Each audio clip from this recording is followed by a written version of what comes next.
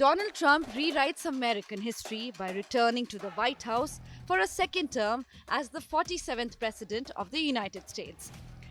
As liberal Americans are saddened by the shocking victory, the world is anxious about what happens to the Ukraine-Russia and the Middle East war. With Trump's return, a tectonic shift in the US's foreign policy is likely expected.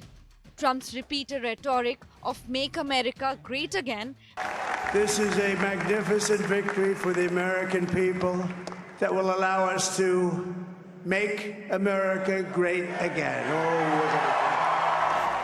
and his claims that he could end wars in a day But we had no wars. They said, he will start a war. I'm not going to start a war. I'm going to stop wars. is making Europe reiterate its stand on Ukraine-Russia war.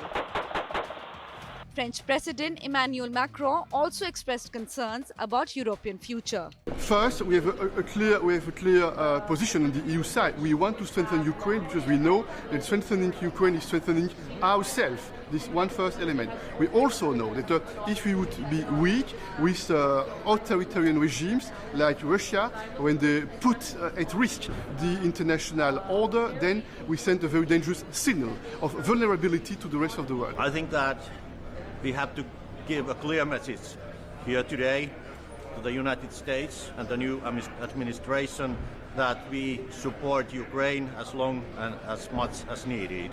The message has to be clear and strong. And the second one is that it's clear that Europe have to do more for its own defense, to strengthen it and own security. This is important message to Trump. Trump's sure victory against President Biden in the US elections before Kamala Harris became his opponent had already prompted Kyiv to prepare a victory plan against Russia. President Volodymyr Zelenskyy had met Donald Trump in September this year and agreed to end the war and not let the Russian president win.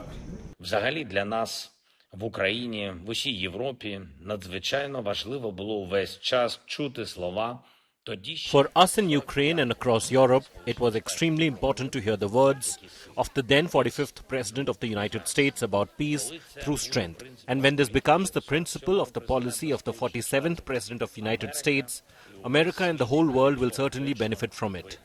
It is not for nothing that Ronald Reagan is mentioned so often now. People want confidence. They want freedom, a normal life. And for us, this is life without Russian aggression and with a strong America, with a strong Ukraine, with strong allies. We have already spoken with President Trump this year, both by phone in July and in person at a meeting in September. And these were good conversations. І особисто на зустрічі у вересні це були хороші розмови. Political opponents and pundits have always warned against Trump's cozy relation with Russia.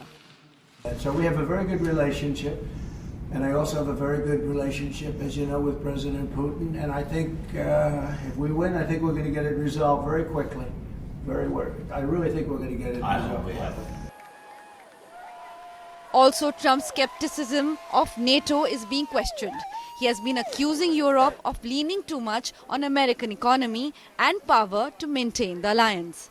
China, North Korea, Russia, and of course Iran.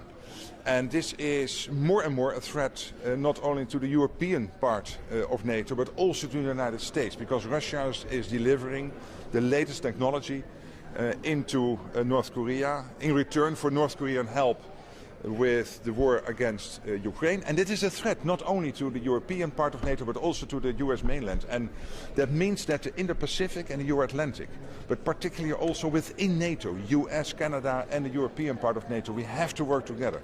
So I look forward to sit down with Donald Trump to discuss how we can face these threats collectively. Regarding the Middle East war, Trump had claimed that it would not have started had he been in power.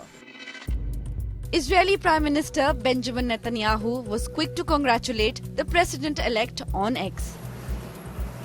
Earlier, Trump had adopted a policy which saw the US pull out of the US-Iran nuclear deal, apply sanctions against Iran, and the killing of Iran's most powerful military leader, General Qasem Soleimani. But Iran says the return of Trump doesn't make much of a difference. الان کشور خیلی نگران این که ترامپ رأی آورده نیست. خب چه فرقی میکنه به هر حال مگر که Right now the country isn't overly concerned about Trump winning. What difference does it make? Was there really a big difference? For many of us, it does not matter much. And the necessary measures for the economic security of the country have already been prepared, so there is no need for worry. نیست. عرض میکنم تحریم ها مقدار زیادی قوه داخلی ما رو تقویت کرده و اقتصاد امروز به اندازه کافی در این راستا توان برخورد رو داره.